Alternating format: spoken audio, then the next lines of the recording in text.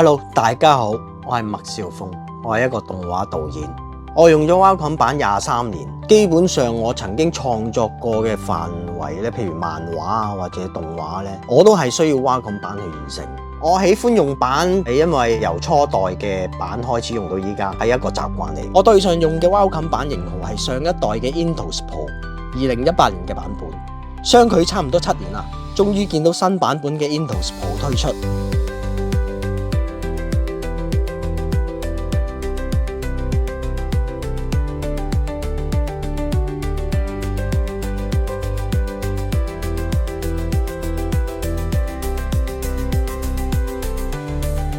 用上一代嘅 Intuos Pro 雖然有 Touch 嘅功能，但係我其實好少用到。新版本令到我更加專注於使用快捷鍵。我其中一個中意用 Wacom 筆嘅原因呢，係因為佢支筆係唔使叉電。我用咁多年嘅感覺呢，好明顯係每一代新出嘅都係比上一代嘅感應係好過好多。我最近完成嘅一套動畫叫《離上地帶》。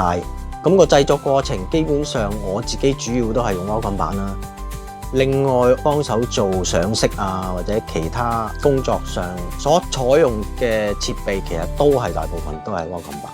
咁我個新作品裏邊咧就有啲人物啊、怪物啊、背景啊咁啦，基本上都係手繪形式做出嚟嘅。最近 AI 都好流行啦，咁我個作品上面都有用 AI 去處理嘅。表面 AI 好似撳一個掣咁啊，幫你處理晒所有嘢。其實咧完成咗之後咧，你都要執翻前面同後邊係可以連貫嘅。嗰樣嘢都係要靠手繪、畫板、畫筆去處理嘅。對於我嚟講就唔抗拒嘅，因為你利用得好，佢就可以幫你更加快速地完成你嘅作品，提高個效率，係一個助手形式嘅幫助嚟嘅。